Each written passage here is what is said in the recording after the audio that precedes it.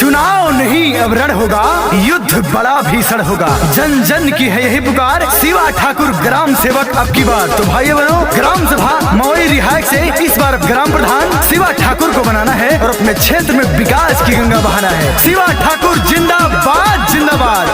Music by Aman Rock. दुखिया गरीबों के शान मेरे भैया, करते हैं सबका सम्मान मेरे भैया। दुखिया गरीबों के शान मेरे भैया, करते हैं सबका सम्मान मेरे भैया।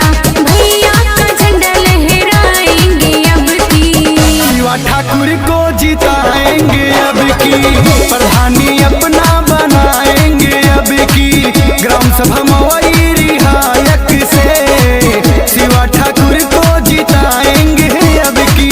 हो चुका आगाज, रण बदलने की तैयारी है, इतिहास वही रचेगा, संघर्ष जिसका भारी है। तो भाइयों बहनों, इस बार ग्राम पंचायत मवई रिहायक से अपना प्रधान शिवा ठाकुर ग्राम सेवक को बनाना है और अपने क्षेत्र में विकास की गंगा बहाना है। शिवा ठाकुर जिंदाबाद जिंदाबाद।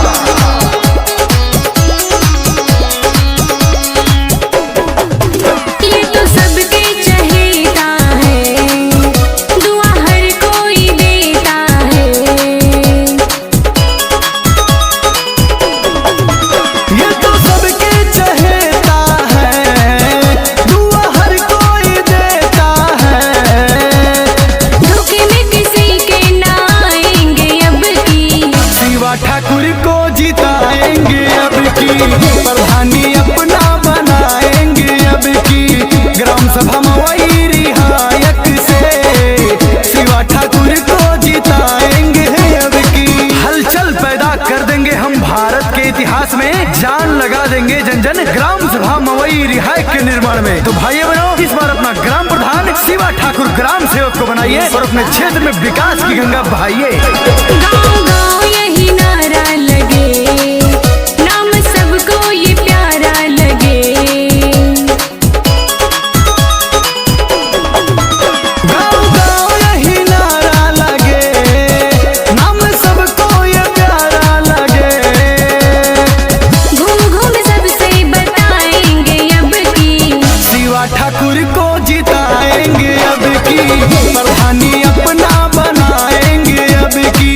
ग्राम सभा मवई रिहायक से शिवा ठाकुर को जिताएंगे अब की। परिंदों को मंजिल मिलेगी यकीनन, ये फैले हुए उनके पर बोलते हैं। अक्सर वो लोग खामोश रहते हैं, जमाने में जिनके हुनर बोलते हैं। तो भाइयों बहनों, इस बार ग्राम पंचायत मवई रिहायक से अपना ग्राम प्रधान शिवा ठाकुर ग्राम सेवक को बनाना है और अपने क्षेत्र में विकास की गंगा बहाना है।